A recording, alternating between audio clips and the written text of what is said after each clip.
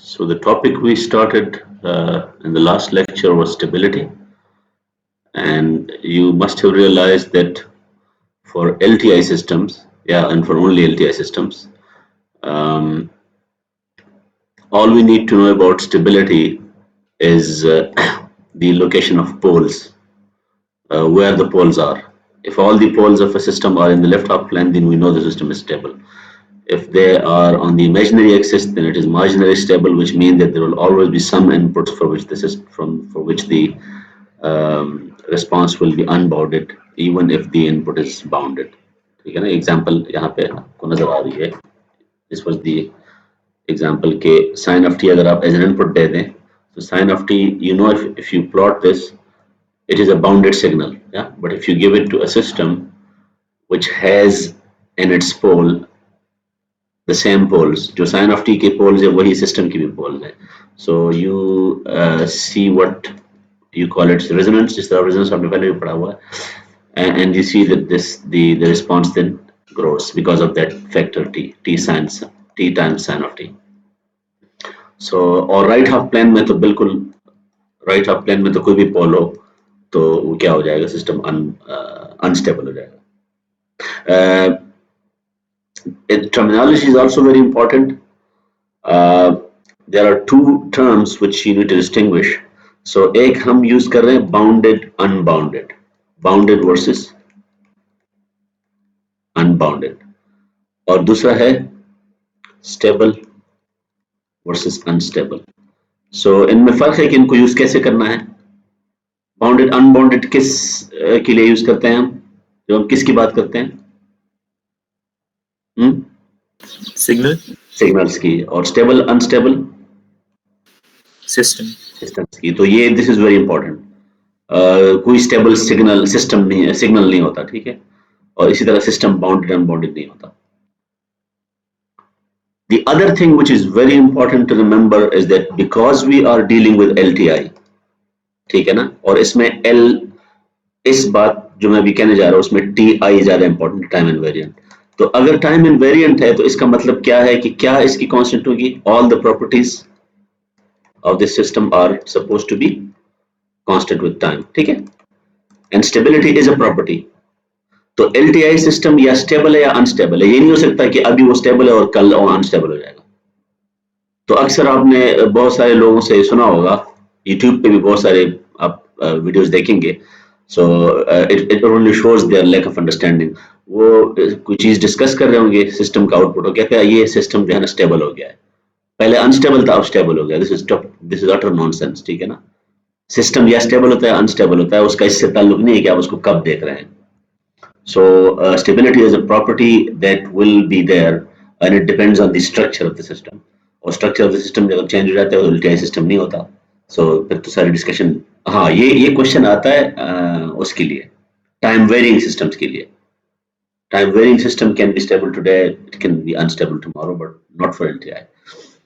तो will you remember this distinction?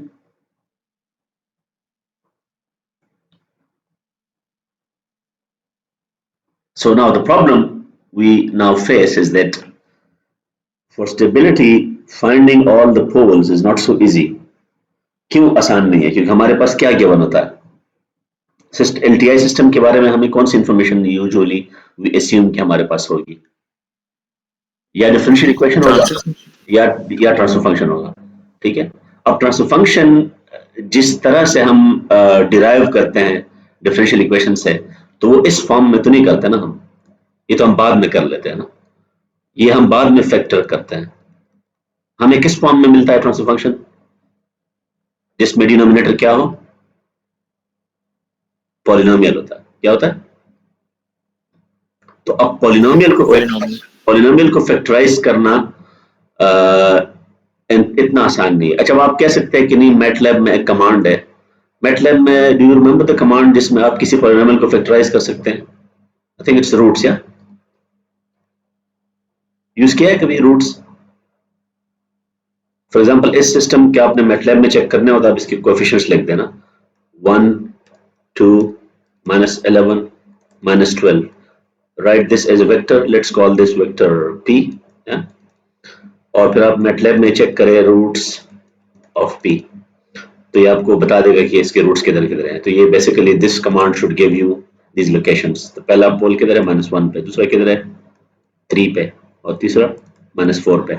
तो आप कह सकते हैं कि नहीं मैटलैब तो हमें फैक्टराइज करके दे देगा, so what's the big deal. तो इसमें प्रॉब्लम ये है कि ये उस सिस्टम के लिए ठीक है जब आपको सिस्टम गिवन हो, एनालिसिस के लिए ठीक है। इसके लिए एनालिसिस एनालाइज किस सिस्टम को करते हैं, जो आपको पता हो।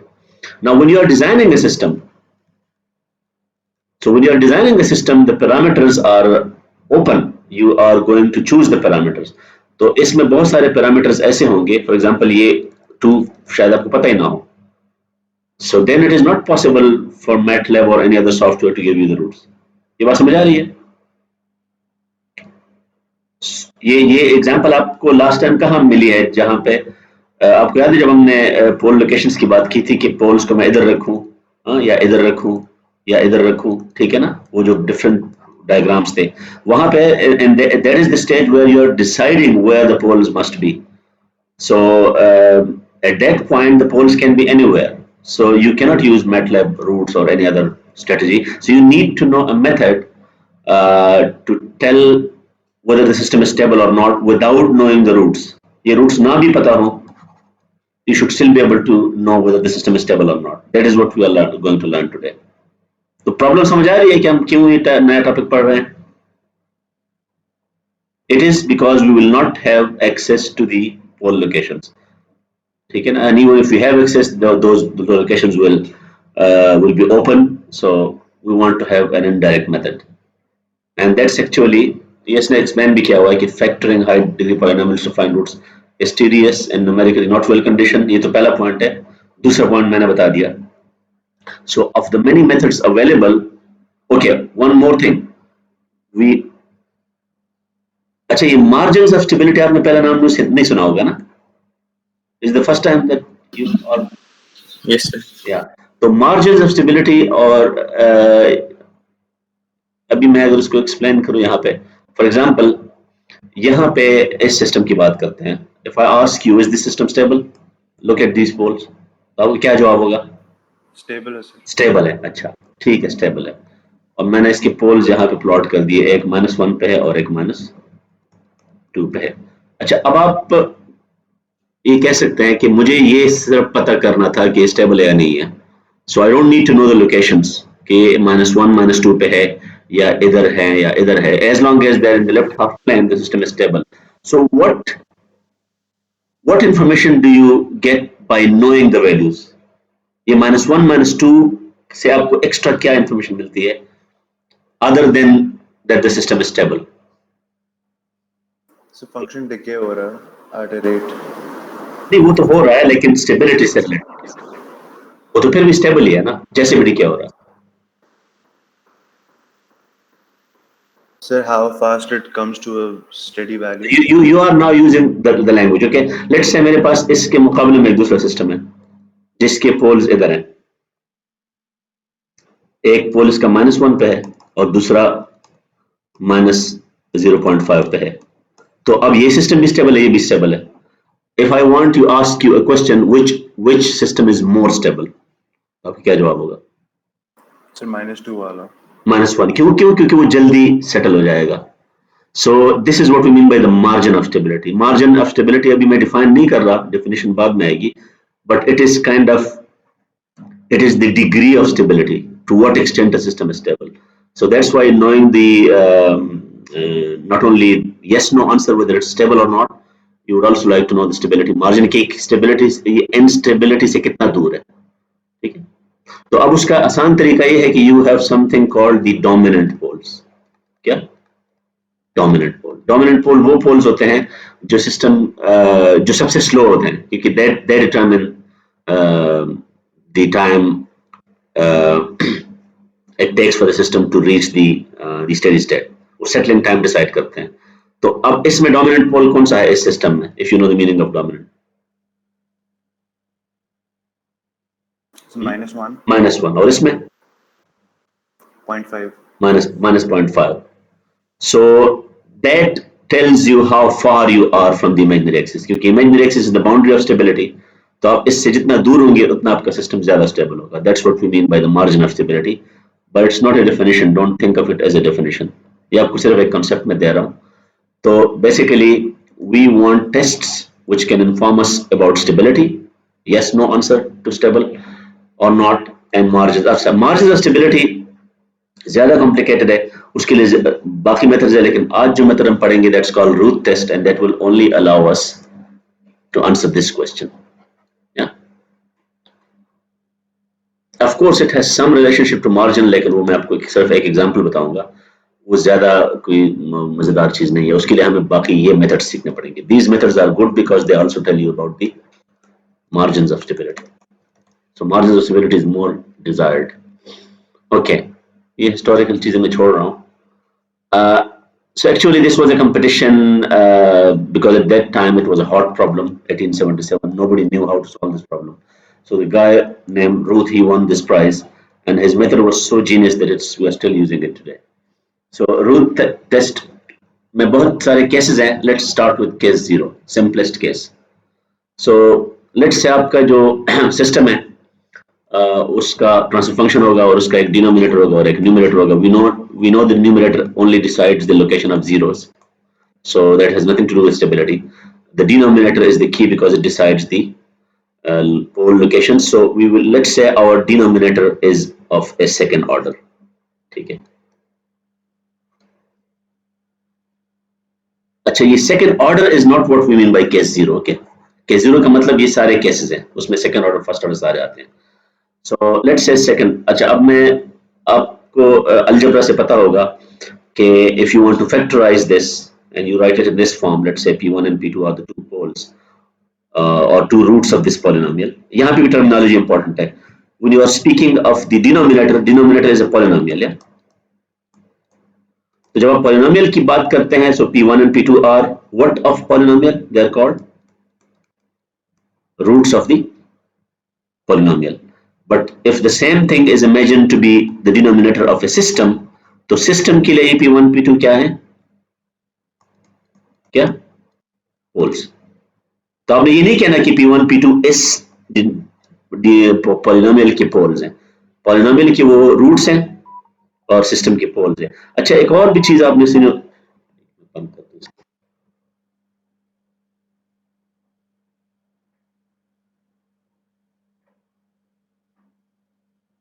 अच्छा, एक और टर्म आपने सुना होगा, जीरोस भी कहते हैं उसको. जीरोस ऑफ, एक तो सिस्टम की जीरोस होते हैं ना, you know that, but there is also a term called zeros of a polynomial. तो जो सिस्टम की पोल्स है, you can also say that इस पॉलिनोमियल के वो क्या है? जीरोस है. ठीक है. So to repeat myself, p1 p2 are poles of the system, zeros of this polynomial, and roots of this polynomial. 3 different names. अच्छा, अब आप अगर इसको मल्टीप्लाई करें, सो ये आपको याद आ रहा है कि जो s के साथ चीज मल्टीप्लाई हो रही है वो क्या है? It is the sum of the two roots with a negative sign. ठीक है. नहीं, बल्कि it's the sum of the two roots. या minus p1 minus p2, and this is the product. yeah, this is the product. इससे आपको क्या idea मिलता है? Can you learn something from this expression? Remember, what we are actually trying to say is that this is our a naught, और ये क्या है? minus p1 plus p2 is my a1. अगर मैं कह दूं कि a naught और a1 में दोनों पॉजिटिव हैं, तो आप क्या कहेंगे? मुझे इसका नहीं पता. I start with this form where I only know a naught and a1, and it turns out that a naught and a1 are positive. तो आप क्या कहेंगे? सिस्टम स्टेबल है, अनस्टेबल है?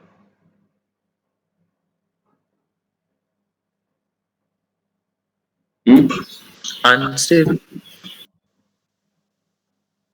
नहीं, मैं एग्जांपल दे देता हूँ ना. लेट्स से ये s² प्लस 3s प्लस 2 है, तो ये भी पॉजिटिव, ये भी पॉजिटिव. इसके रूट्स क्या होंगे? देखो ना, this 2 is a product and this 3 is a sum. तो अगर ये भी पॉजिटिव है, ये भी पॉजिटिव है, दोनों पॉजिटिव हैं, तो ये नेगेटिव कैसे होगा मुझे बताएं। स्टेबल होगा सर। हाँ, नेगेटिव हो नहीं सकता ना, क्योंकि आप दो कंडीशन लगा रहे हैं ना। इनमें से एक भी अगर नेगेटिव हो गया तो सिस्टम में क्या होगा, Unstable. अनस्टेबल।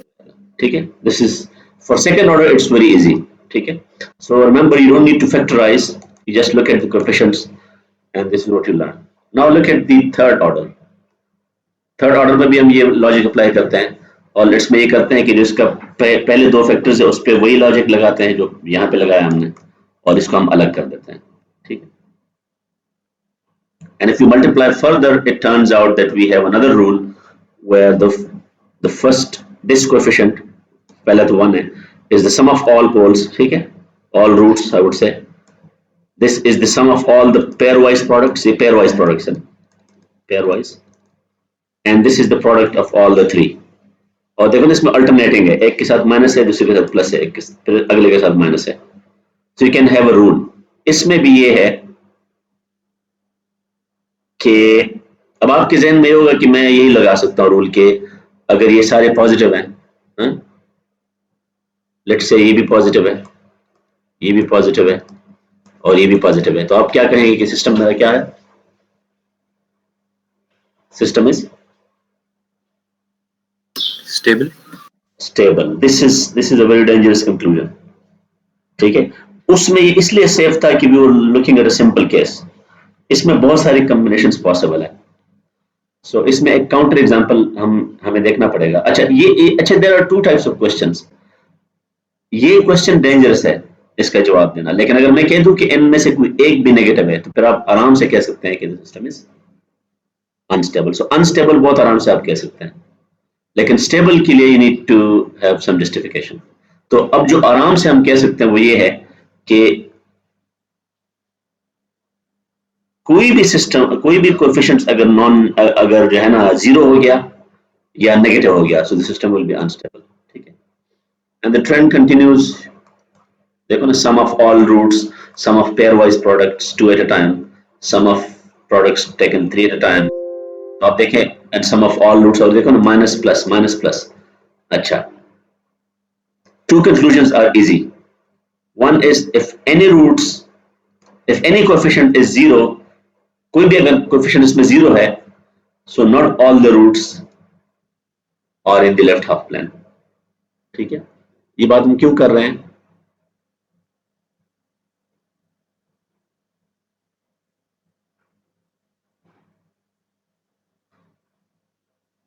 कि अगर देखो ना, अगर इनमें से कोई भी कोएफिशिएंट जीरो है तो अब देखो, फॉर एग्जांपल अगर मैं इसके, अगर ये जीरो है तो जीरो के लिए क्या करना पड़ेगा कि इनमें से कुछ पॉजिटिव होंगे और कुछ क्या होंगे, नेगेटिव होंगे। ठीक है ना, तो चूंकि साइन चेंज हो सकता है तो एक राइट साइड पे हो सकता है, same goes for this. So you can think about all the coefficients and you can safely conclude, you can do this at home.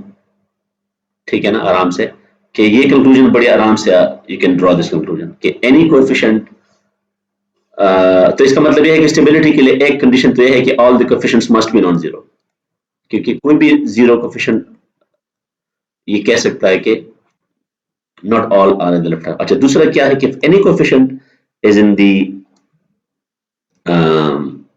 is a negative, then at least one root is in the right half plane. ठीक है, क्योंकि वो negative हो नहीं सकता अगर कोई एक पोल भी उधर ना हो तो।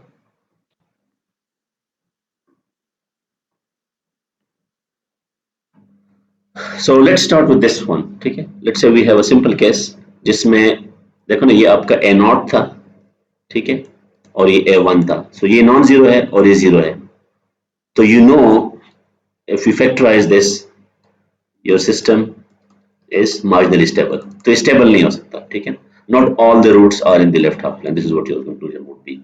अच्छा, इससे हम इस एग्जांपल की तरफ आ जाते हैं। इसमें ये पॉजिटिव है लेकिन दो क्या है, नेगेटिव है, minus minus.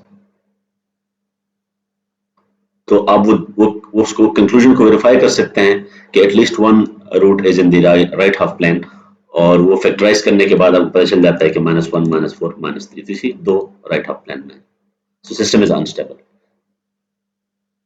Now we need that counter example. अब Now we have an example where all the roots are positive, they are neither zero nor negative. तो आप एक्सपेक्ट करेंगे कि सिस्टम क्या होगा, स्टेबल होगा. सो लेट्स सी, इसको आप मैटलैब में दे दें या फैक्टराइज इट अदरवाइज. ठीक है.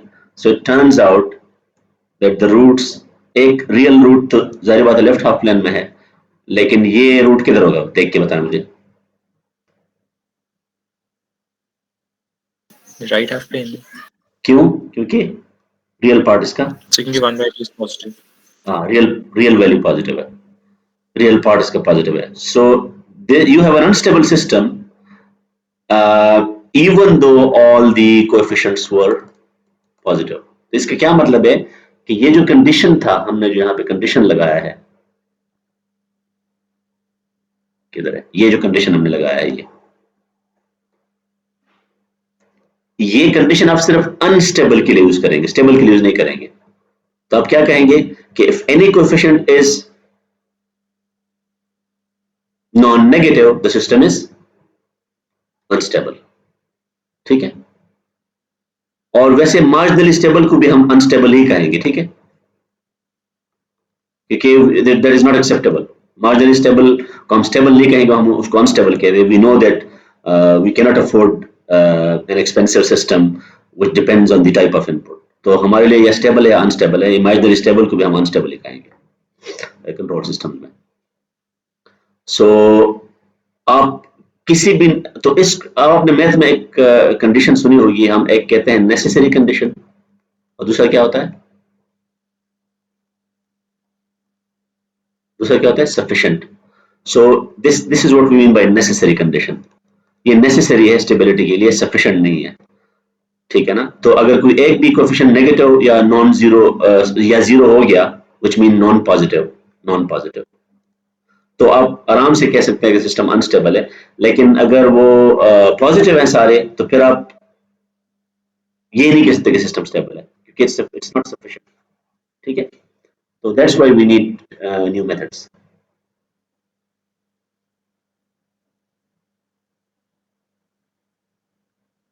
So now this was case 1. Case 1 में, case 0 में हम ये वो केस है जिसमें आप इतने सिंपल सिस्टम की बात कर रहे हैं कि आराम से आप स्टेबिलिटी डिटरमिन कर सकते हैं. But because we know that is not a sufficient condition, so case 1 में हम क्या करेंगे. तो केस 0 का क्या मतलब है कि वो केस 0 में वो केसेस है जिसमें आपको नेगेटिव या जीरो मिल जाए. ठीक है. तो if I now ask you कि केस 0 में कौन से एग्जांपल्स होंगे. केस 0 में ये एग्जांपल्स होंगे. This is case 0. क्यों?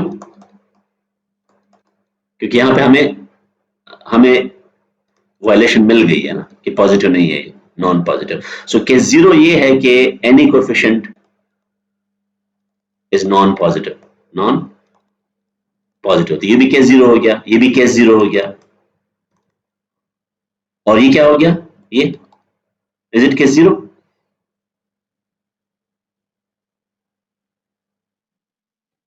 ये केस 0 नहीं है. ठीक है. This is not case 0.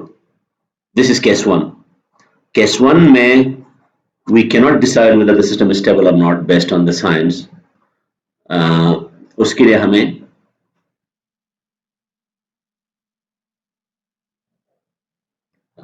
जो है ना Ruth array, this guy Ruth who came up with a method, और उसका हम प्रूफ में नहीं जाएंगे, this is not a math course.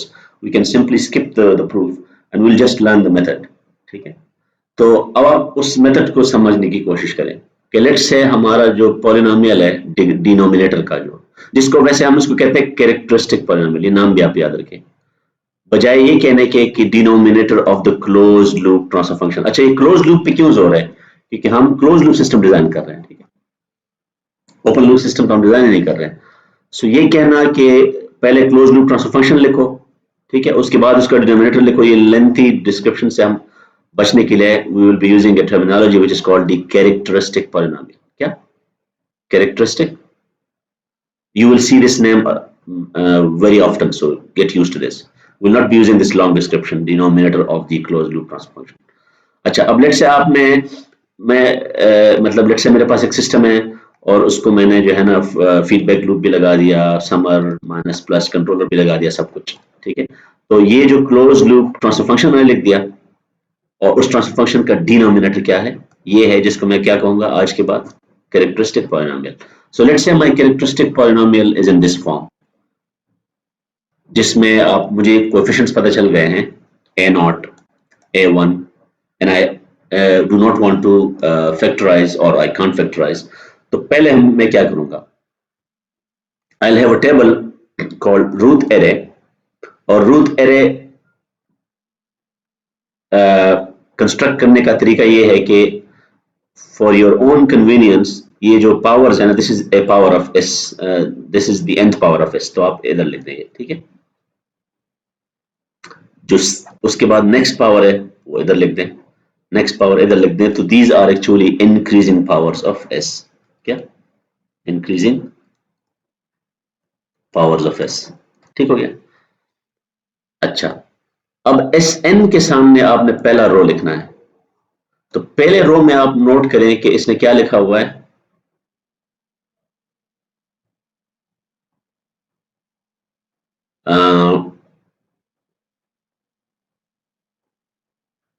ये छोड़ के अगला जो है ना, बल्कि ये ए यहां पे बेसिकली an है ना, an हमने अस्यूम किया हुआ है कि an 1 है, ठीक है। सो रूट का जो the root array can be constructed even if you have something which is non unity, ठीक है। तो हम अस्यूम करेंगे यहाँ पे an है, तो जो पहला कोएफिशिएंट है वो इधर आएगा, उसके बाद आपने एक छोड़ना है और अगला लिखना है, फिर एक छोड़ना है अगला लिखना है, ठीक हो गया। और सेकंड रो में आपने क्या करना है, वो जो आपने छोड़े हैं वो इधर लिखें, ठीक है।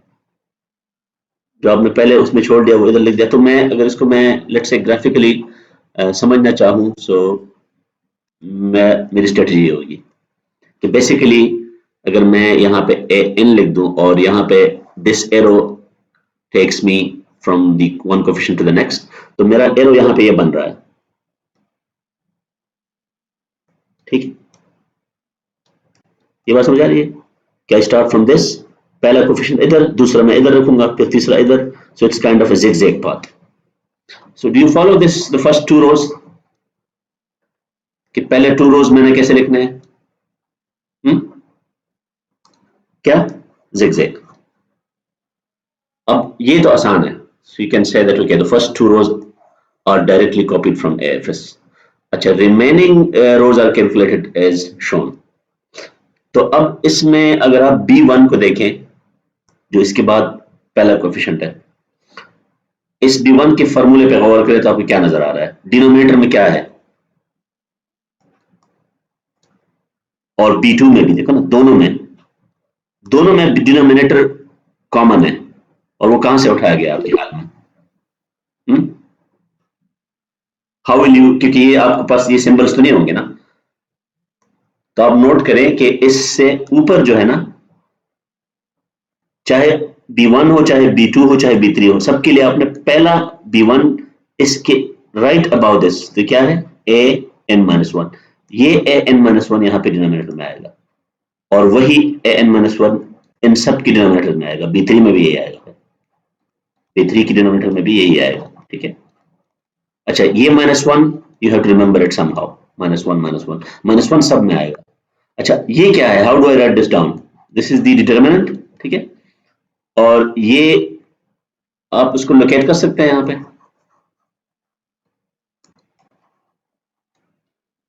If you look at this, B1 के ऊपर आप देखें यू हैव दिस मैट्रिक्स, वो मैट्रिक्स आपने यहाँ पे एज इट इज प्लग कर दिया, ये तो आसान था। B2 के लिए आपने क्या किया, देखिए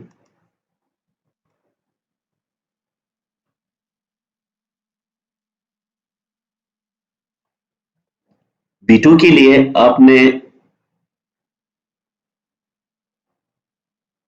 ये जो फर्स्ट कॉलम है इट डजंट चेंज, जिस तरह ये डिनोमिनेटर चेंज नहीं हो रहा ना, इसी तरह फर्स्ट कॉलम भी चेंज नहीं हो रहा, देखो ना, it remains the same. Second column आपने B1 के लिए कौन सा उठाया था, ये जो इसके राइट साइड पे है, ठीक है, ऑफसेट करके। तो B2 के लिए आप कौन सा उठाएंगे, देखो ये सेकंड कॉलम A1 के लिए आ गया और ये सेकंड कॉलम किसके लिए आ गया, A2 के लिए, क्योंकि फर्स्ट कॉलम सेम है, ठीक है, फर्स्ट कॉलम फिक्स्ड है। तो फर्स्ट कॉलम भी फिक्स्ड है और ये डिनोमिनेटर भी फिक्स्ड है। तो अगर मैं इसको फिक्स को अलग कर दूं, लेट्स से मैं चाहता हूं कि दिस पार्ट जिसमें -1 divided by something and the first row, -1 divided by something and the first column, sorry, this there will be fixed for a row, ठीक है, पूरी रो के लिए। और ये जो सेकंड कॉलम है they, this will depend on the element, कि आप किस एलिमेंट की बात कर रहे हैं। तो B1 B2 and so on की कैलकुलेशन क्लियर हो गई, अभी कंफर्म करें आप।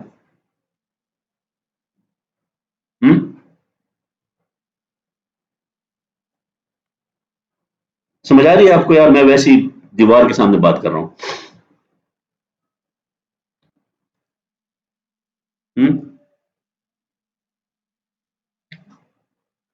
अब C1 C2,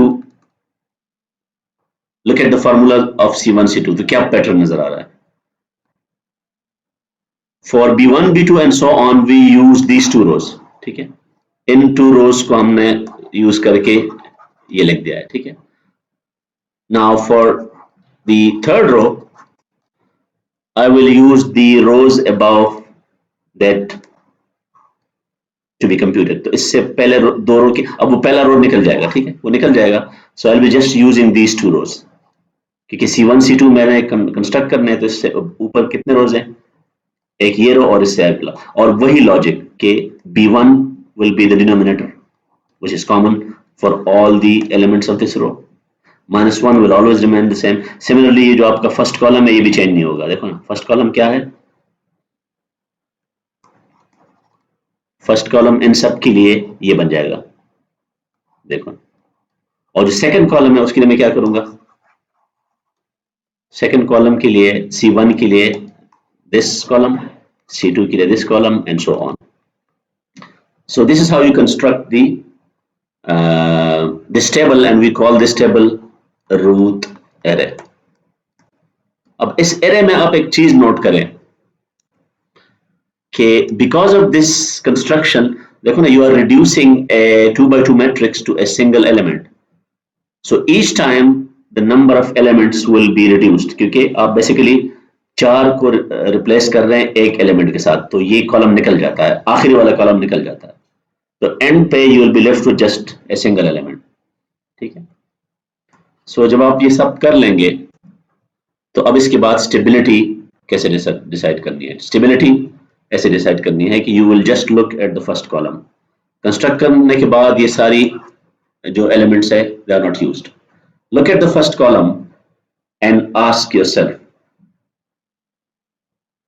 the number of sign changes in the left column, इस कॉलम में कितने साइन चेंजेस हो रहे हैं, the number of that sign changes will give you the number of unstable roots। unstable roots का मतलब ये है राइट हाफ प्लेन पोल्स कितने हैं, ठीक है। so let's apply it to this example, जो हमने काउंटर एग्जांपल दिया हुआ था कि all the coefficients were non-positive, which means that this was case 1।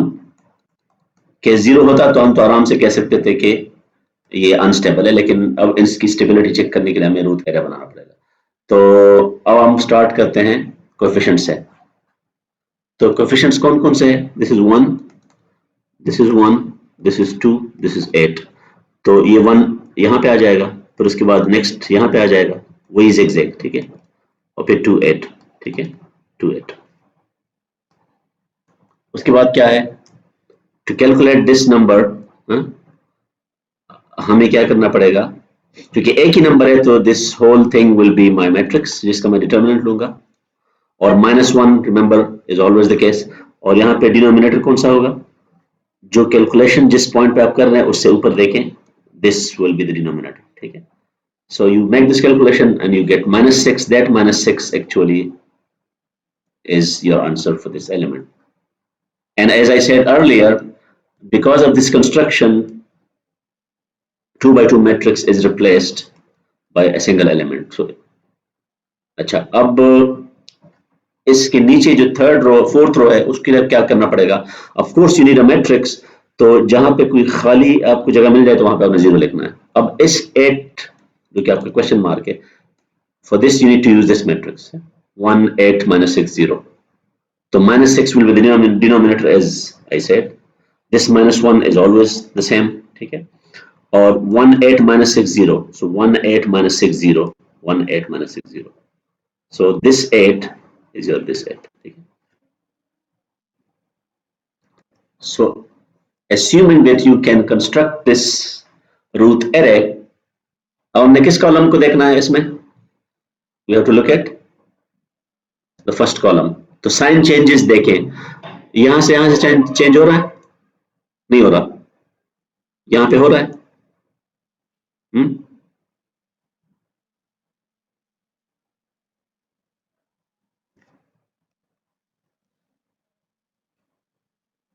आप लोगों का आवाज नहीं आ रही में?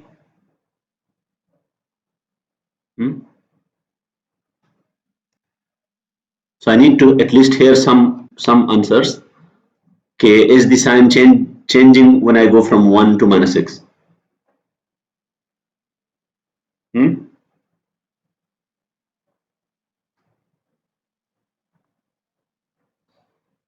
Yes or no?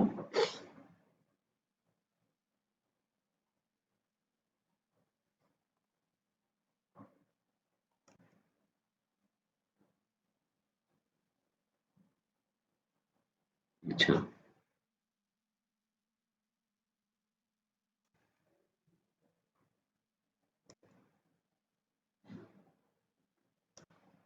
should I name someone?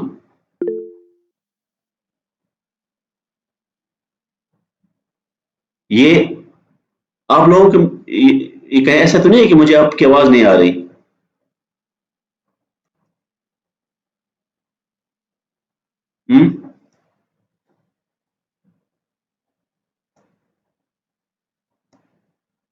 अच्छा, ये प्रॉब्लम है, ठीक है, सही है. So let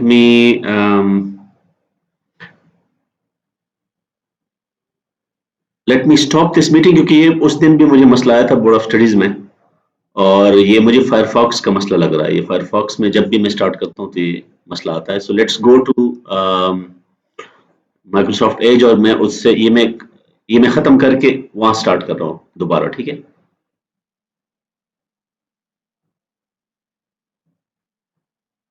let's go this.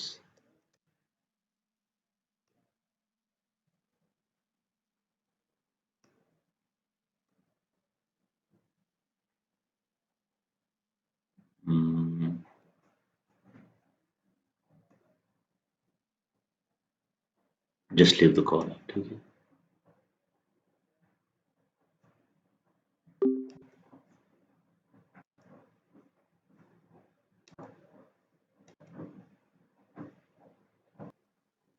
Okay. So the number of sign changes in the first column कितने हो गए? 2. क्यों? क्योंकि 2 sir. एक चेंज यहाँ पे है और एक इसके बाद भी है ना.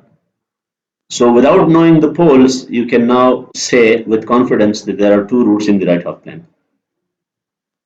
तो सिस्टम आपको क्या हो गया? This system is unstable.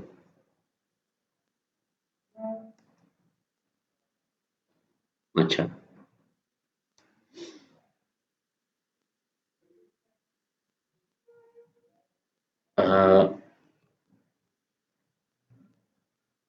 और जितने साइंस चेंज होंगे उतनी रूट्स होंगी राइट हैंड साइड. उतने right half. This is something which was proved bye Ruth, क्योंकि ये हम उस प्रूफ में नहीं जा रहे हैं ना, ठीक है? तो अब यहाँ पे मैं एक और चीज करना चाहता हूँ. Let's have a general formula, ठीक है, फॉर 3. अच्छा, इसके लिए मुझे एक बात ये बताएं कि अगर मैं इसको इस पे अप्लाई कर दूं, इस पे, वो अप्लाई करने की वैसे जरूरत है इस पे? ये कौन सा केस है? केस 0. आप कैसे कह सकते हैं केस 0 है? केस 0 क्या था? when any coefficient is non positive. तो यहाँ पे तो ए नॉट ए वन Non-positive. नहीं, लेकिन यहाँ पे ए नॉट ए वन की वैल्यू तो आपको नहीं पता ना, तो ये आप नहीं कह सकते कि केस 0 है केस 1 है। समझ आ गई? जी sir. So we can't say anything, ठीक है। सो यहाँ पे आपका कंक्लूजन क्या होगा before I do this, because you know the answer already. Condition क्या है फर्स्टेबिलिटी के लिए? कि A not must be positive and A1 must be Positive. positive. And because this is a simple system, so this is what we should get also from root array. ठीक है, तो अब root array इसका बनाए, तो 1 इधर आएगा, A1 नीचे आ जाएगा, फिर ये A0 इधर आ जाएगा, ठीक है। फिर आप कंस्ट्रक्ट करें दिस एलिमेंट, तो A1 in denominator -1 और this is 0, so this will be in your matrix, and this is A0, so A0 इधर आ गया। तो अब आप मुझे बताएं कि look at the first column, so अब luckily 1 is positive, ठीक है। तो जब 1 पॉजिटिव है तो A1 must be, क्योंकि you must have no sign changes, no sign changes, तो इसका मतलब है कि A1 has to be positive and A0 has to be positive, so you got the same conclusion. Now this condition is called necessary and sufficient, ठीक है। तो root array में आपको कंफर्म हो जाता है कि ये सिस्टम स्टेबल है या अनस्टेबल है। Now let's apply this to a general case. ये तो हमें वैल्यूज पता थी ना यहाँ पे। लेट्स से हमें वैल्यूज नहीं पता and we go for a third order system. तो थर्ड ऑर्डर सिस्टम ये बन जाएगा हमारा, ये। अच्छा, now these two examples hint to my second point. एक पॉइंट तो ये था ना कि आप फैक्टराइज नहीं कर सकते, यहाँ पे आप फैक्टराइज कर सकते हैं लेकिन आपके पास पैरामीटर्स नहीं पता, you don't know the parameters. So root A is a much cleaner way of doing the analysis, ठीक है। तो अब आप इसमें देखें कि आपका जो फर्स्ट टू रोज हैं स्टार्टिंग फ्रॉम 1A2 तो 1A2 and then A1 A0, ये मेरा zigzag पाथ में टू रोज बन गए।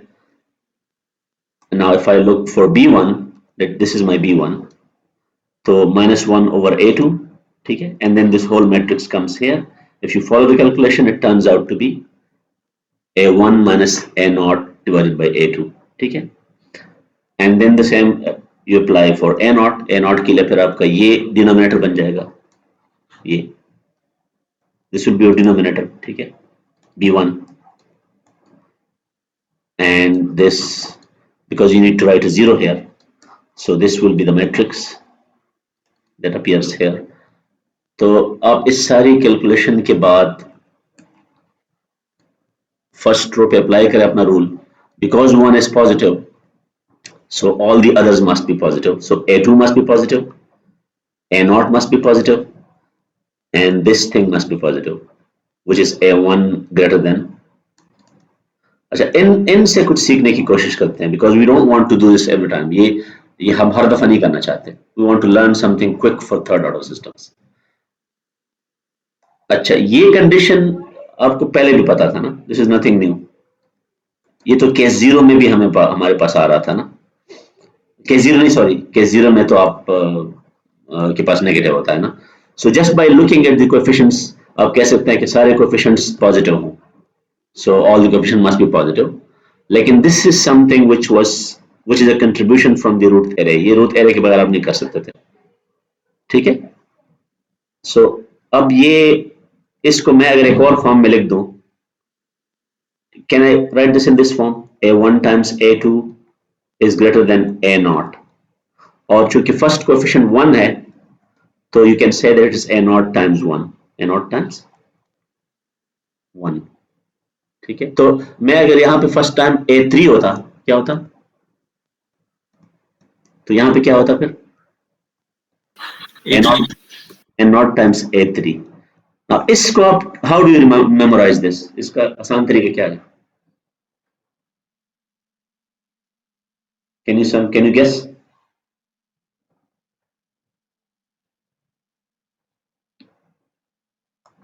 The left hand side is the product of the internal coefficients, ये दो internal है और ये दो क्या है, external है, ठीक? So this is what you can remember. The product of internal coefficients must be larger than the product of the external coefficients. I would like you to remember this क्योंकि हम third order के लिए we would not like to have this root array every time, and we'll find this much quicker. ठीक है? A1, A2 must be greater than A0, A3. Of course, this is not the only thing. You also require these two. तो ये तो पहला condition है, necessary condition हम लिख देते हैं. नेसेसरी कंडीशन ये है कि ऑल कोएफिशिएंट्स आर पॉजिटिव. ये तो करना ही करना है. And this is now the specific contribution of Routh array. क्योंकि all conditions are positive is not something given by Routh array. अब केस 2 क्या है? केस 2 थोड़ा सा कॉम्प्लिकेटेड है. केस 2 ये है कि आपके पास एक जीरो आ जाए, जीरो एलिमेंट आपके पास आ जाए, तो आप क्या करते हैं? ठीक है, तो आपको पता है कि उसकी केस में डिवीजन बाय जीरो आप नहीं कर सकते. So you must go for a क्या close this. So whenever you divide by zero, उससे बचने का तरीका ये है कि you choose a small number, ठीक है, epsilon, and that epsilon can either be positive or negative. The conclusion will not change, ठीक है. So replace the zero in the left column. ये left column की बात इसलिए हो रही है कि denominator में left column वाला element आता है ना, left column से ही आप denominator उठाते हैं, and that doesn't change in the calculation. So replace that zero by some small number regardless of whether it's positive or negative, क्योंकि रिजल्ट पे उसका फर्क नहीं पड़ता. So let's illustrate this point by an example. ठीक है, अब मेरे पास एक एग्जांपल है जिसमें कोएफिशिएंट्स है 1 2 2 4 11 10. तो पहले तो मैं ये रोज बना लूं. ठीक है, 1 2 2 4 11 10. और पहले ही अटेम्प्ट में when I try to calculate this thing, ये देखो, so I got a 0. तो अब 0 6 में मैं आगे नहीं जा सकता क्योंकि डिवीजन बाय 0 आएगा ना. तो I replace this row by a new row where I replace 0 with a small positive constant epsilon, positive or negative, ये मेरी मर्जी है. क्योंकि but I must decide whether it's positive or negative, क्योंकि calculation के लिए उसका साइन जानना जरूरी है. ठीक है, it doesn't matter which one you choose, but you have to choose one of them. So, अब आप ये अगर एप्सिलॉन इसको कह दें तो ये कैलकुलेशन के लिए आपको क्या करना पड़ेगा? You have to choose this as your denominator. ठीक है, -1 अपनी जगह और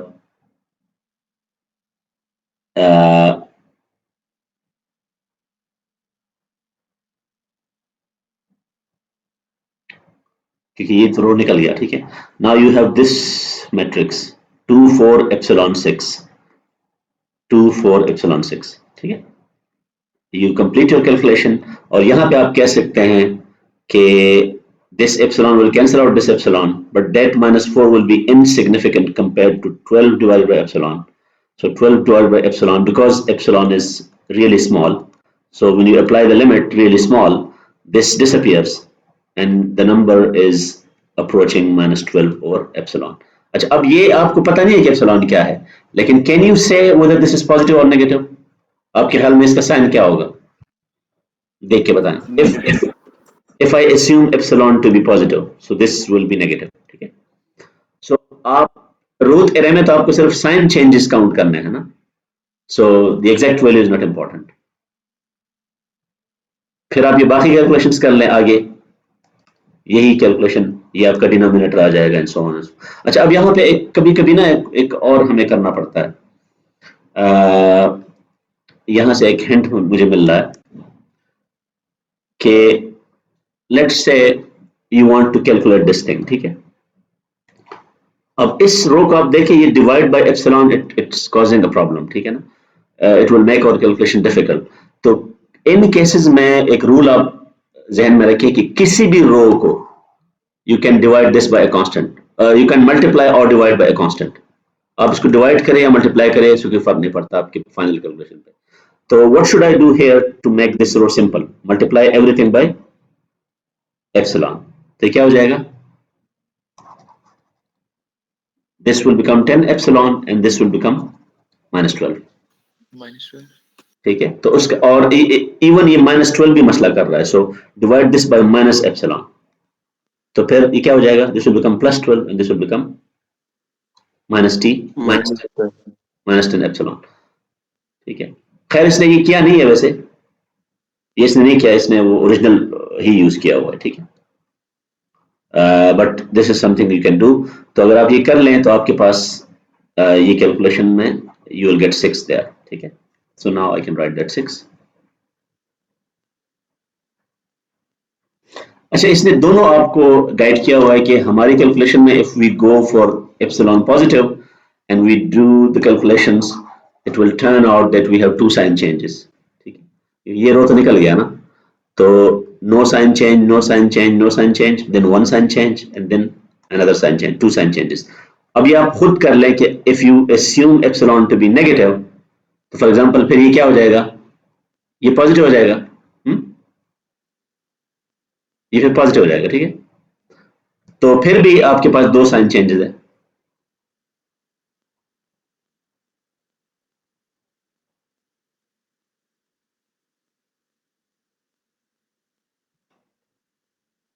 can you confirm this?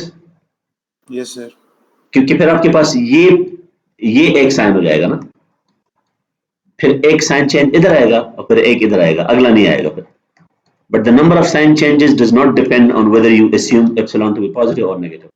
So you feel free to do whatever you want. At the end of the day, you know for sure that there are 2 poles in the right half plane and the system is unstable. तो ये तो case 2 हो गया हमारे पास। Case 3 ज्यादा complicated है। Case 2 में you get a 0 only in the first column, ठीक है। So you solve this problem by epsilon. Case 3 में you get an entire row which is 0. Every element of that is 0.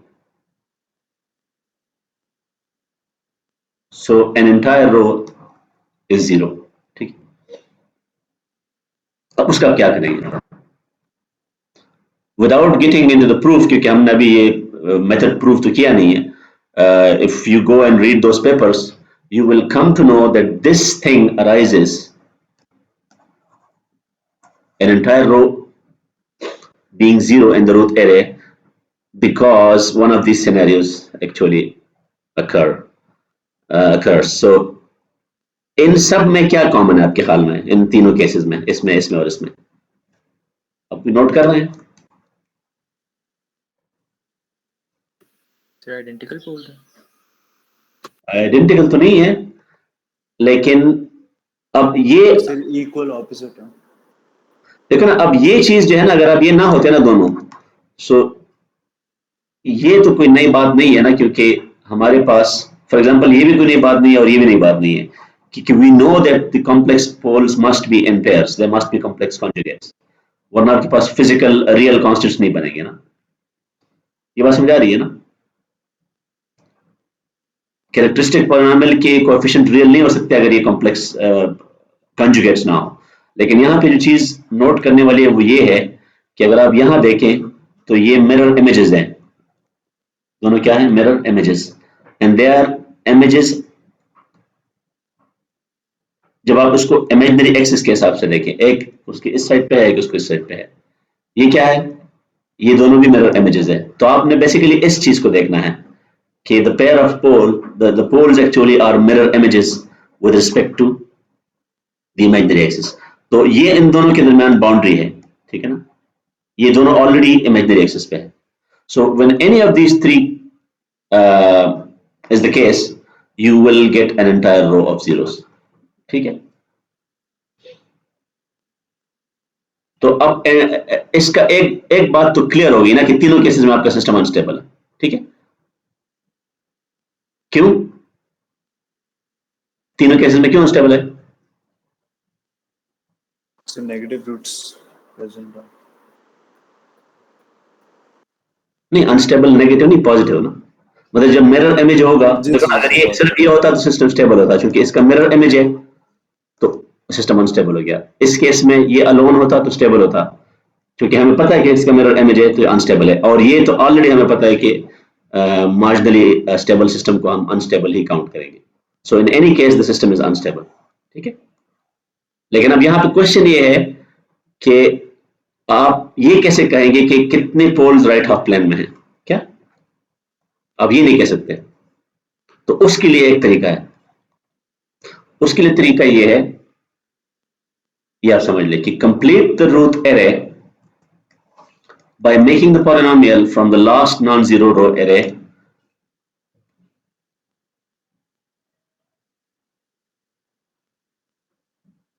और इसमें differentiation आप करेंगे, ठीक है? जो जीरो रो है you will replace it with the derivative with respect to s of the previous row. तो आपने उससे पिछली रो देख के अबाव उसको आपने क्या करना है, डिफरेंशिएट करना है with respect to s, and then you replace this. तो for example we start with this example 1 1 3 2 2 2, so we got the first row, ठीक है, द फर्स्ट टू रोज। और ये जीरो हम इसलिए रखते हैं कि हमारे पास कंप्लीट मैट्रिक्स हो जाए, और इस केस में तो things were normal, but here although we have one zero, but because there is no other element, so we can safely say that the entire row is zero, ठीक है? The entire row is zero। अब आप क्या करेंगे? हमने क्या वहां पे सीखा है कि इस रो को आपने रिप्लेस करना है by looking at the row, the polynomial corresponding to the previous row। तो इस रो के लिए मैं जो polynomial लिखूंगा that is what I will call a1 of s, okay? वो जो a1 of s यहाँ पे यूज कर रहे हैं ना terminology, a1 of s, it is the polynomial corresponding to the previous row। So this polynomial has to be constructed from these two elements 1 and 2। So 1 and 2। तो 1 के साथ क्या होगा, कौन सा? देखो ना यहाँ पे आप नोट करें, इस 1 के साथ क्या है, फोर्थ पावर ऑफ s। इसके साथ क्या है, थर्ड पावर। तो इसके साथ क्या होगा, S square s स्क्वायर्ड होगा। अब आप गेस करें ये इस टू की जगह में ये 2 किसके साथ होगा, +2। S एस नहीं होगा ना, आप एक पैटर्न भूल रहे हैं ना। इन सारे रोज में एक और चीज भी कॉमन है कि हम एक स्किप करते हैं। एक हम क्या करते हैं, देखो ना, इस 1 के बाद ये 1 नहीं, 1 के बाद 3 है, तो इसका मतलब ये है कि 2 होगा। सिर्फ 2 होगा, ठीक? एस को हमने स्किप करना है। This is what you need to remember. So two properties of all these rows, the first, this one will be multiplying what you write in the very first column। First तो खैर नहीं है, zeroth column आप उसको कहते हैं, zeroth column. और फिर आपने अगले में एक स्किप करना है। अच्छा, अब इसको आप डिफरेंशिएट करें विद रिस्पेक्ट टू एस, तो क्या डेरिवेटिव है इसका बताएं? 2s 2s, ठीक है? अब 2s आपके पास पॉलिनोमियल आ गया, क्या आ गया, पॉलिनोमियल आ गया। तो अब ये कोएफिशिएंट क्या होगा, इस जीरो की जगह में क्या लिखूंगा, दिस 2 मल्टीप्लाइज s, और s इधर आ गया ना, तो इसका मतलब यह है कि इस 2 की जगह मुझे क्या लिखना चाहिए, इस जीरो की जगह। ये बात समझ आ रही है? yes sir ठीक है ना? So the new row which will replace the zero row, क्योंकि यहाँ पे s है तो इस s के साथ जो भी चीज मल्टीप्लाई करेगी वो आपका यहाँ पे फर्स्ट एलिमेंट होगा, and we got that 2 here basically. s इधर चला गया, so this is how we can get rid of that. और फिर उसके बाद जारी बात आप अपना नॉर्मली कंप्लीशन कर दें 0 0, तो आपके पास लास्ट रो भी आ जाएगा।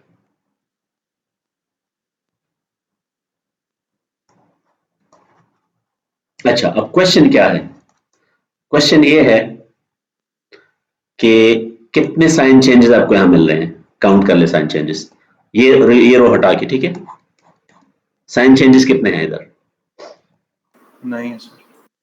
तो अगर कोई साइन चेंज नहीं है तो इसका मतलब क्या है कि you know the number of, there is no pole in the right half plane. Right half plane, ठीक है। वो रूल आप दोबारा पढ़ लें कि जो हमने रूल पढ़ा हुआ था रूट का, वो क्या था? नंबर ऑफ अनस्टेबल रूट्स का मतलब यहाँ पे वो है राइट हाफ प्लेन वाले हैं, ठीक है ना। Don't confuse this with unstable system, ठीक है। हम इवन अगर पोल्स इमेजिनरी एक्सिस पे भी हो फिर भी हम सिस्टम को स्टेबल कहते हैं, लेकिन उसको हम अनस्टेबल रूट नहीं कहते हैं, हम उसको इमेजिनरी रूट्स कहते हैं, ठीक है।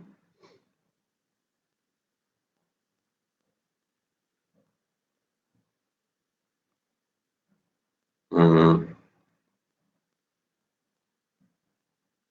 लेकिन एक चीज बड़ी इंपॉर्टेंट है कि सिस्टम आपका स्टेबल नहीं हो सकता जब ये सीन हो जाए, क्योंकि आपको ऑलरेडी पता है the system is stable in any case. तो आपके पास ये केसेस होंगे ना, ये 3 केसेस होंगे, या ये होगा कि रियल पोल्स राइट साइड पे होंगे, ठीक है ना, या ये होगा और ये। अब आपके केस में चूंकि आपके पास you got no sign changes, so this can not be the case, this can not be the case. तो आपके केस में क्या है फिर? वो जो 0 रो है वो इसकी वजह से आ रहा है, तो सिस्टम तो फिर भी अनस्टेबल हो गया ना। ये बात समझ आ रही है? Even if there are no poles in the right half plane as dictated by the number of sign changes, the system is still unstable, क्योंकि वो आपको पहले से पता है।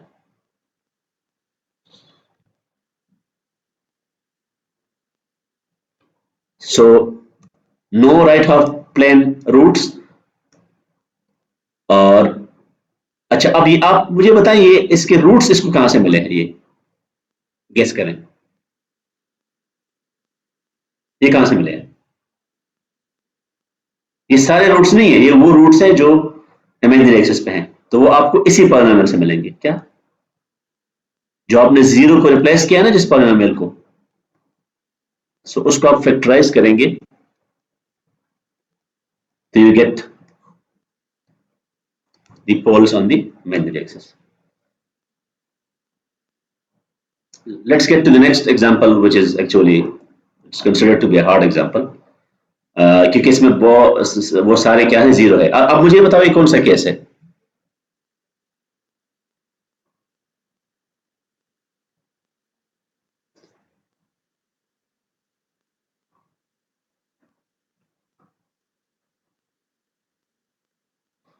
वैसे क्लियर ये नहीं कर रहा कि केस 3 केस 2 किसको कह रहा है, या तो ये टॉपिक्स है, क्योंकि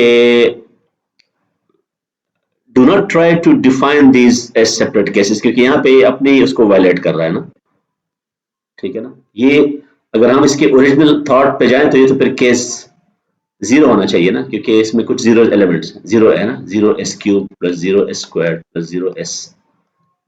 तो लेकिन ये इसको केस 4 कह रहा है, तो इसका मतलब है कि केस 4 केस 3 की जो मैं समझ रहा था कि इसको क्रिस्प टर्मिनोलॉजी नहीं, ये सिर्फ डिफरेंट केसेस बता रहा है, ठीक है।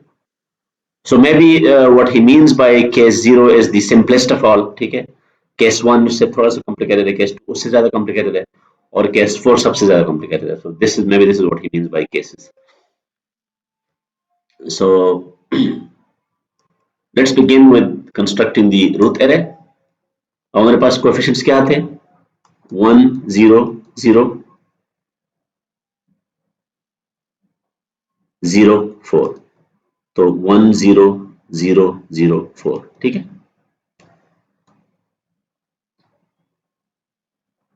तो आपके पास एंटायर रो 0 आ गया। तो हमने क्या करना है, इससे पहले देखना है, और इसका पॉलिनोमियल तो ऑलरेडी हमें पता है कि ये, तो this is your polynomial a1, differentiate that with respect to s and you get 4s³। तो 4s³ का मतलब ये है कि इस रो की जगह आप s³ के साथ 4 लगाएंगे, क्योंकि यू हैव दिस 4 और अगला 0 है, ठीक है। And then you complete your sir इसमें ये B1 और B2 में पहला कॉलम 1 और 4 लिखा है, 1 और 0 नहीं होना चाहिए डिटर्मिनेंट नहीं 4 है। देखो ना, जीरो तो करना ही नहीं है ना, जीरो जीरो को तो जीरो के साथ तो हम कैलकुलेशन कर ही नहीं सकते ना। सही सही सही। समझ आए? जीरो में अगर सिर्फ ये अकेले जीरो होता और ये ना होता तो फिर हम वो पहला मेथड यूज करें एप्सिलॉन वाला। अब चूंकि एंटायर जीरो है, वो एप्सिलॉन वाला चक्कर भी नहीं चलता, तो हमने ये किया है कि हमने पूरी रो को रिप्लेस किया है ना फिर।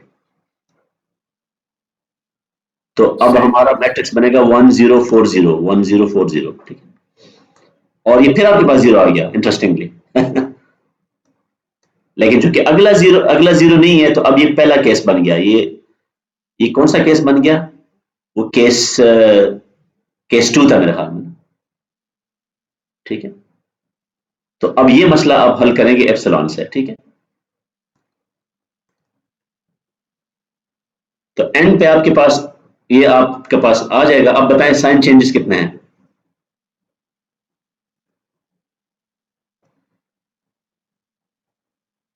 साइन चेंजेस 2 से 2 साइन चेंजेस हैं, ठीक है। तो अब आप अपना कंक्लूजन बताएं। पहली बात कि यह है कि आपके 2 पास कितने, रूट्स हैं राइट हाफ प्लेन में। एक मेरे पहले पहले पहले आपके पास टोटल पोल्स कितने हैं?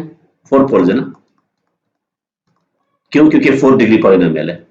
तो अब मुझे बताएं कि उन 4 पोल्स में साइन चेंजेस की बात मैं अब नहीं करता। साइन चेंजेस से पहले आपको क्या मिला था? ये मिला था ना। 2 मिरर पोल्स।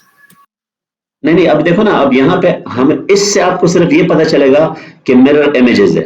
मिरर, अब मिरर इमेजेस ऐसे भी हो सकते हैं, हाँ? ऐसे भी हो सकते हैं, ठीक है, और ऐसे भी हो सकते हैं।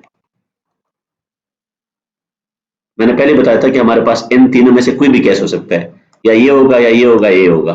तो इसका हल कहां से आ रहा है? नंबर ऑफ साइन चेंजेस से। यहाँ पे हमारे पास इससे पिछले एग्जांपल में चूंकि नंबर ऑफ साइन चेंजेस नहीं थे, जीरो थे, तो हमने कंक्लूड किया कि the poles must be on the imaginary axis. अब यहाँ पे क्या है? यहाँ पे आपको पता चल गया है कि 2 साइन चेंजेस है। 2 साइन चेंजेस का क्या मतलब है? कि आपके पास 2 पोल्स सर वो कहां पे हैं? स्क्वायर वाली फॉर्म में पोल्स। नहीं नहीं, 2 साइन चेंजेस का मतलब ये है कि 2 पोल्स राइट हाफ प्लेन में है ही सिर्फ। There are 2 poles in the right half plane. समझ आ गई? There are 2 poles in the right half plane. तो या इस स्टाइल में है, और या देयर आर 2 पॉसिबिलिटीज, और या ऐसे हैं, ठीक है। Agreed? 2 poles in the. Yes sir. अच्छा, अब ये जीरो रो मुझे क्या बता रहा है अब?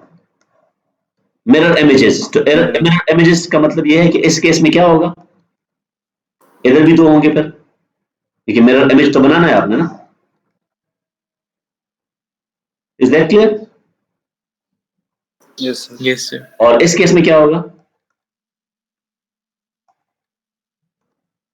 ये फिर ऐसे होंगे, ठीक है ना, क्योंकि दोनों केसेस में मिरर इमेज आपको चाहिए। तो मिरर इमेज जीरो रो से आ रहा है, और नंबर ऑफ साइन चेंजेस मुझे बता रहे हैं कि मेरे पास 2 राइट हाफ प्लेन पोल्स है, या ऐसे ऐसे। क्या मुझे ये बताइए, रियल है आपको कॉम्प्लेक्स है? But in any case, I now know that the system is unstable, and I also know कि कितने जो है ना, कितने पोल्स राइट हाफ प्लेन में है और कितने लेफ्ट में है।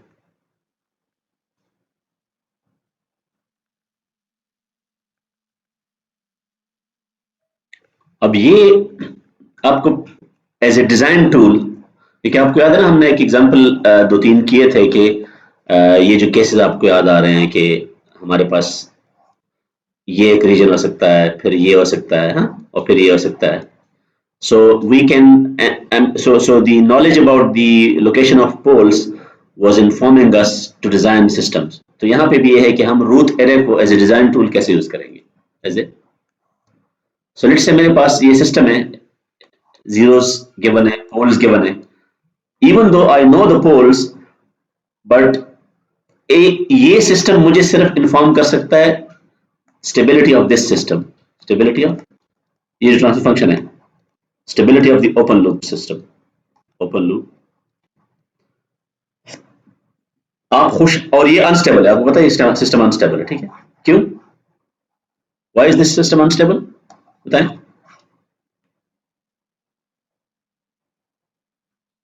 So s minus 1 plus 1 पे एक पोल, हाँ, तो एक पोल यहाँ पे है, इसकी वजह से अनस्टेबल है, और एक और भी है जिसकी वजह से ये ना भी होता है फिर भी अनस्टेबल था। so s is equal to 0. हाँ, ये भी देखो ना, ये भी अनस्टेबल, तो ये +1 होता फिर भी अनस्टेबल था, ठीक है।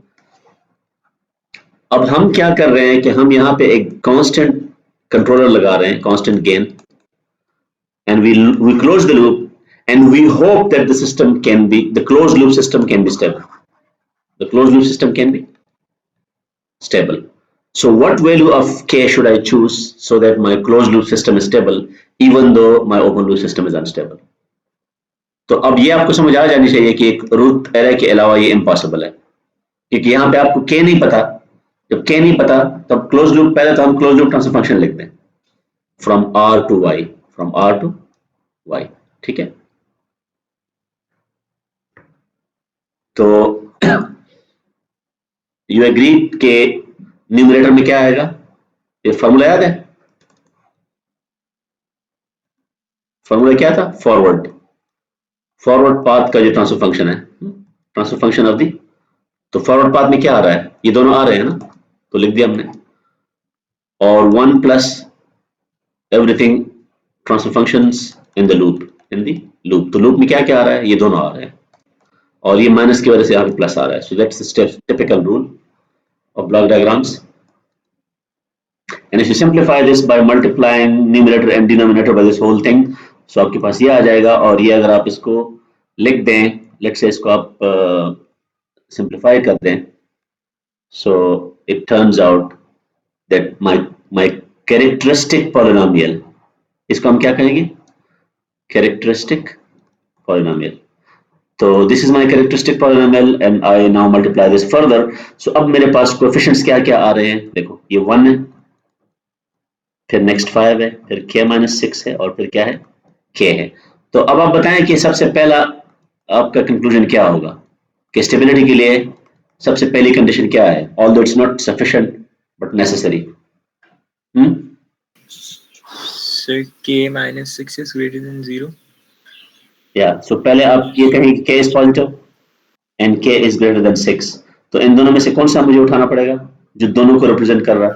K is greater than 6. हाँ, क्योंकि उसकी फिर जरूरत नहीं है जब, but this is necessary condition, this is not sufficient. Sufficient के लिए हमें कौन सा मेथड यूज करना पड़ेगा, रूट एरे, ठीक। तो अब इसने रूट एरे से किया हुआ है सारा, मैंने आपको एक शॉर्टकट बताया था, याद है आपको शॉर्टकट क्या था?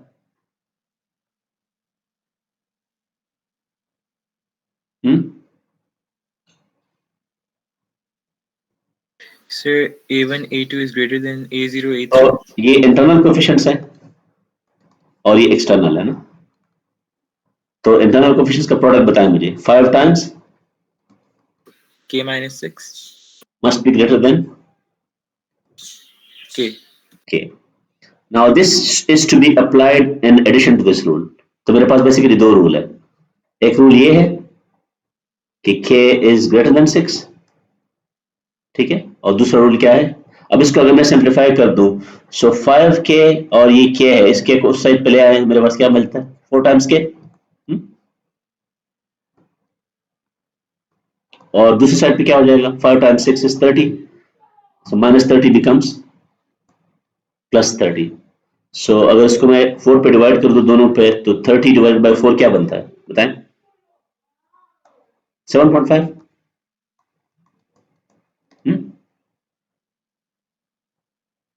30 divided by 4 is 7.5।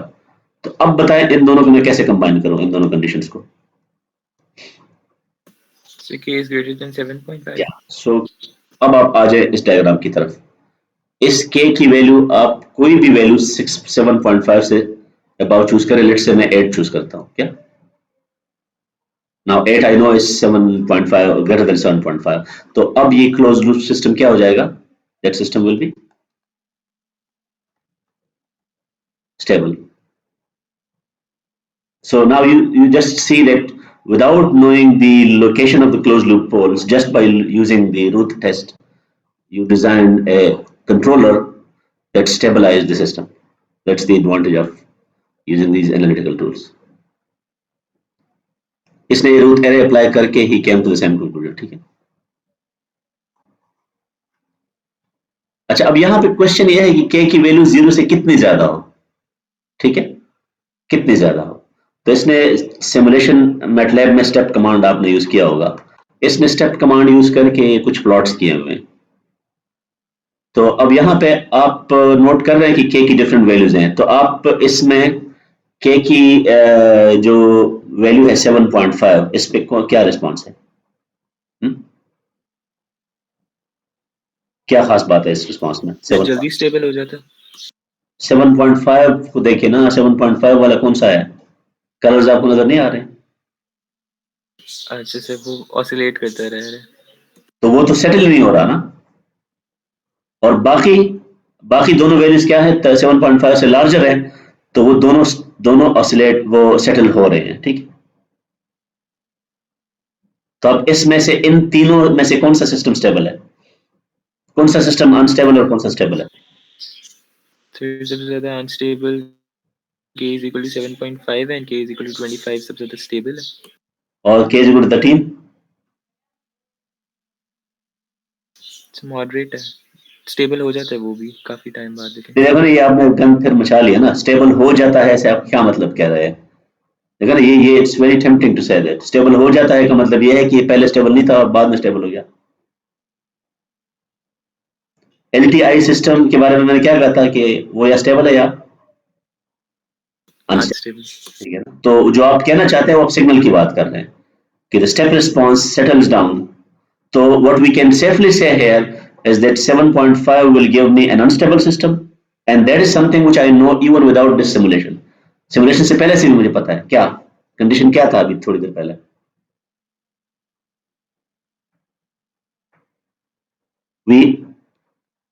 Root array ने हमें यही बताया ना कि k must be greater than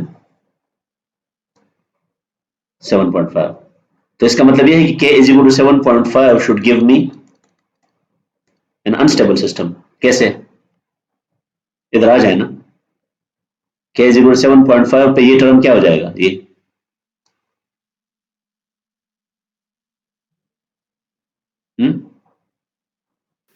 zero हो जाएगा। तो आपके पास एक एंटायर जीरो रो मिल जाएगा। तो एंटायर जीरो रो के केस में आपके पोल्स पर क्या होंगे? Close loop poles, mirror poles होंगे, इमेजिनरी एक्सेस पे हो जाएंगे, ठीक है। अब इस सिस्टम के कितने पोल्स मुझे बताएं? मिरर यहां पे इसलिए नहीं हो सकते कि दो ही है ना, सिर्फ यहां नहीं हो सकते ना, क्योंकि उसके लिए साइन चेंजेस चाहिए ना, सही है।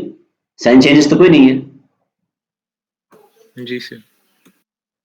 साइन चेंजेस क्यों नहीं है मुझे बताएं?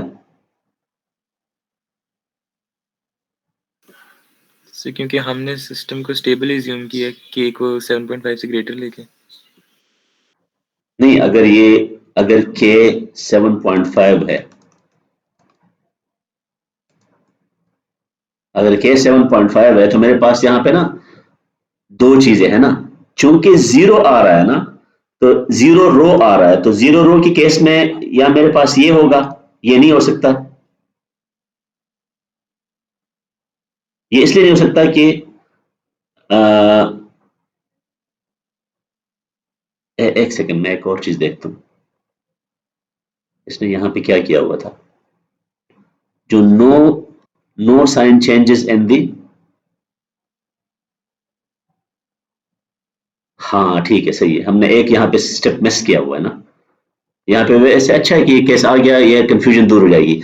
आप पिछले एग्जांपल में एक चीज नोट करें कि जब आपके पास पूरा रो आ गया था जीरो, हाँ, तो इसने क्या किया? इसने ये स्टेप अप्लाई किया था ना, ये वाला, और उसके बाद ये कैलकुलेशन की थी।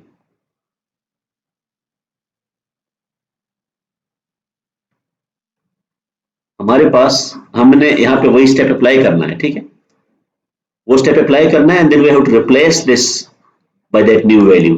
तो इसका मतलब ये है कि हमारे पास नंबर ऑफ साइन चेंजेस यहाँ पे 0 आएंगे, नो साइन चेंजेस आएंगे फिर। बल्कि कर लेते हैं इसको भी ना, इसको मैं कर लेता हूँ। ये क्या हो जाएगा 7.5, ठीक है, ये 7.5 हो जाएगा, और ये क्या हो जाएगा, ये 0 हो जाएगा। अब इसका पॉलिनोमियल क्या बनेगा जो a1 ऑफ s है, याद है आपको? 5s square plus 7.5. क्या, और डिफरेंशिएट करें इसको तो 10s है, 10s. 10s 2 times 5 ना। तो इसका क्या मतलब है कि अब आपने s1 s0 की जगह आपने क्या लिखना है, अभी 10 लिखना है ना, एग्रीड? Yes sir. तो अब आप बनाए अपना कि इस k की जगह क्या आ जाएगा, k तो आपने नॉर्मली 7.5 रखना था ना, तो अभी 7.5 देखते हैं चेंज होता है कि नहीं। तो ये डिनोमिनेटर में हमारे पास क्या आएगा 10 -1/10, और ये क्या होगा 1 नहीं 1 नहीं 5 10 और 7.5 0। तो इससे क्या आता है, कैलकुलेट करें इसको,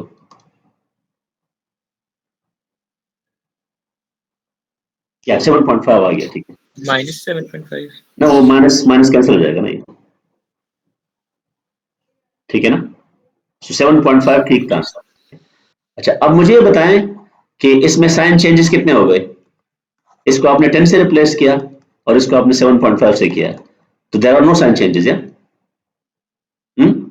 Yes sir. तो there are no sign changes means कि आपके पास राइट हाफ प्लेन में कोई पोल नहीं है, राइट हाफ प्लेन में कोई पोल नहीं है। अब मुझे आप बताएं केयरफुली कि टोटल पोल्स कितने हैं इस सिस्टम के, 3 है ना, टोटल पोल्स कितने हैं, 3 है। तो 3. आप मुझे बताएं वो 3 पोल्स कहां कहां होंगे, नक्शा क्या होगा उसका, मैं इधर ड्रॉ करना चाहता हूं इसको। यहां पे कोई पोल अलाउड नहीं है, तो अब मेरे पास चूंकि साइन चेंजेस भी नहीं है और मुझे 0 रो भी मिल गया, ये एंटायर रो भी 0 मिल गया। एंटायर रो 0 का मतलब ये है कि मेरे पास इमेजिनरी एक्सिस पे 2 पोल्स होने चाहिए, वो मिरर वाला केस है ना। तो अब तीसरा पोल किधर होगा, So left half plane में. लेफ्ट हाफ प्लेन में, क्योंकि राइट हाफ प्लेन में नहीं हो सकता, उसके लिए नंबर ऑफ साइन चेंजेस चाहिए थे मुझे पॉजिटिव, और वो इमेजिनरी एक्सिस पे भी नहीं हो सकता, क्यों, ये पोल इधर हो सकता है इमेजिनरी एक्सिस पे, Mirror चाहिए. क्योंकि वहां पे आपको 2 चाहिए होंगे ना, इमेजिनरी एक्सिस पे एक नहीं चलता। So you have concluded that you have one right left half plane pole and a pair of pole on the। अच्छा अब आपके जहन में जो confusion आ सकती है वो मैं बताता हूँ अभी। Let's say मैं यहाँ पे ये realize ना करूँ कि ये entire row 0 है, क्या entire row 0 है, k की जगह मैं 7.5 लिखता हूँ, यहाँ पे 7.5 minus 6, और यहाँ पे मैं 0 करता हूँ, और ये मैं सिर्फ ये करता हूँ कि 0 की जगह मैं क्या करता हूँ, क्या करता हूँ एप्सिलॉन।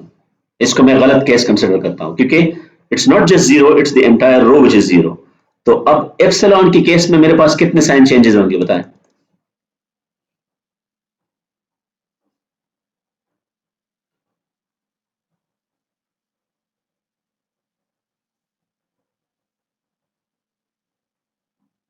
Sir अभी भी 0 ही होंगे. 0 होंगे। आप करें ना, कैलकुलेशन तो आपने की नहीं है। यहाँ पे क्या हो जाएगा, अच्छा sir. यहाँ पे हो जाएगा एप्सिलॉन, हाँ? यहाँ पे क्या होगा एप्सिलॉन, और ये हो जाएगा 7.5 और ये हो जाएगा 0। तो आप चेक करें इसको, इससे क्या आंसर आता है,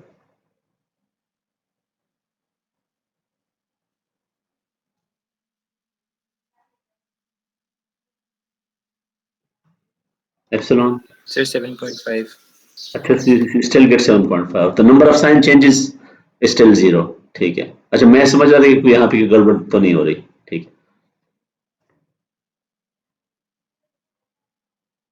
हाँ इससे आपको कम से कम ये राइट हाफ प्लेन में तो आपको पता नहीं चलेगा, लेकिन इससे आपको ये नहीं पता चलेगा कि ये तीन पोल्स में से दो पोल्स इधर है ना, ये पता आपको कहां से पता चलेगा? When you realize that this entire row is 0। ठीक है,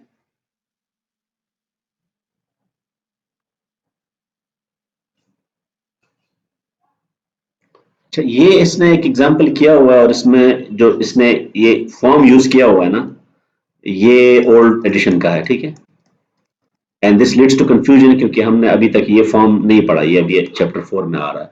so I will now switch to another slide जो कि हम पहले यूज करते रहे हैं, लेकिन वो लेटेस्ट एडिशन का है और आप हम will go instead with that one. ठीक है, तो बेसिकली आपके पास दो पैरामीटर्स हैं इसमें, देखें ना सिस्टम चेंज नहीं हो रहा, सिस्टम स्टिल s+1 s+2, लेकिन we are looking for this form. तो अब आपके पास मुझे बताएं, यहाँ पे भी कंट्रोलर है। ठीक है, कंट्रोलर है और कंट्रोलर के कितने पैरामीटर्स हैं यहाँ पे बताएं, कितने पैरामीटर्स है कंट्रोलर में? दो है ना, one is kp and one is ki। ठीक है, तो if you go with the characteristic polynomial ये सारा करके आपके पास ये आ जाएगा और वही हम ट्रिक चलाते हैं कि ki must be positive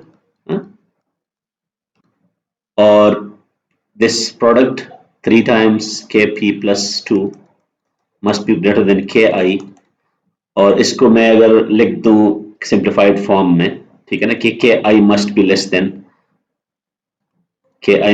than 3 kp plus 6। अब आप अगर इसको आप देखें ना y is equal to mx plus c के फॉर्म में अगर आप देखें तो यू कैन सी कि ki को अगर आप y मान लें और kp को आप x मान लें तो y इंटरसेप्ट क्या होगा? +6 हो जाएगा। ठीक है, और स्लोप क्या हो जाएगा? 3 6 डिवाइडेड बाय 2 इज 3। तो अब आप देखिए कि ये रीजन मैंने शेड क्यों किया हुआ है, ये क्योंकि y इज लेस देन है ना। बेसिकली आपने इस लाइन से ऊपर नहीं जाना, आपने इन दो पैरामीटर्स को इस रीजन में चूज करना है। k1 और ki और kp की वैल्यू अगर आप यहाँ चूज कर लेंगे तो आपका सिस्टम स्टेबल होगा, अदरवाइज अनस्टेबल हो जाएगा। और ये क्या कह रहा है? ki is positive, ki is positive मतलब y इज पॉजिटिव, इसका मतलब कि मैं नीचे नहीं आऊंगा, इधर नहीं आऊंगा। ठीक है, so I have to stay in this region. So this is how you can design your system even if you have two parameters. Time हमारा हो गया।